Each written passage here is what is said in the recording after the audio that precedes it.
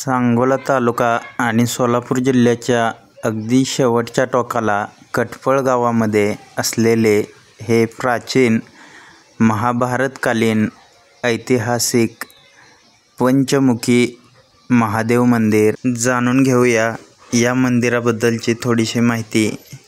माता कुंतीने याच मंदिरामध्ये पुत्रप्राप्तीसाठी नवस केला होता अशी आख्यायिका आहे। तसेच पूर्वी राक्षसांकडून हे मंदिर बांधत असताना एका रात्रीत पूर्ण न झाल्याने कळसाचे काम अपूर्ण राहिल्यामुळे या मंदिराला लांडा महादेव असेही नाव प्रचलित आहे। तसेच धोंडा महादेव आणि दक्षिणेतील रामेश्वर म्हणूनही हे मंदिर ओळखले जाते। या मंदिराचे वैशिष्ट्य म्हणजे या मंदिराच्या प्रवेशद्वारावरच आपल्याला 1, 2, 3, 4 आणि 5 नंदी महाराज असलेले आपल्याला दिसून येतात। मंदिरात प्रवेश केल्यानंतर समोरच डाव्या कोपऱ्यामध्ये छोटे शिवलिंग, शंकर पार्वती, गणपती यांची छोटी मूर्ती दिसते।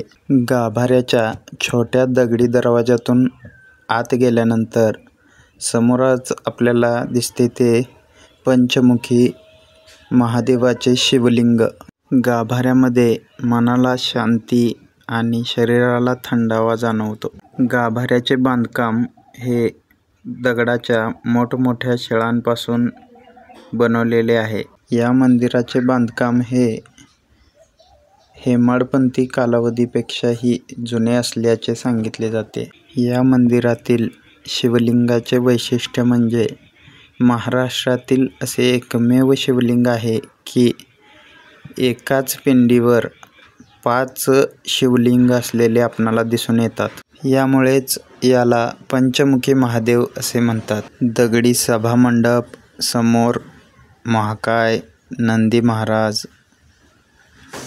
वातावरण प्रसन्न, शांत, आल्हाददायक आहे। अशा या सुंदर आणि भव्य सभामंडपातून बाहेर पडल्यानंतर या मुख्य मंदिराच्या अगदी समोरच भल्या मोठ्या दगडावरती कोरलेली दक्षिणमुखी हनुमानाची मूर्ती असलेले मंदिर आपणाला दिसून येते।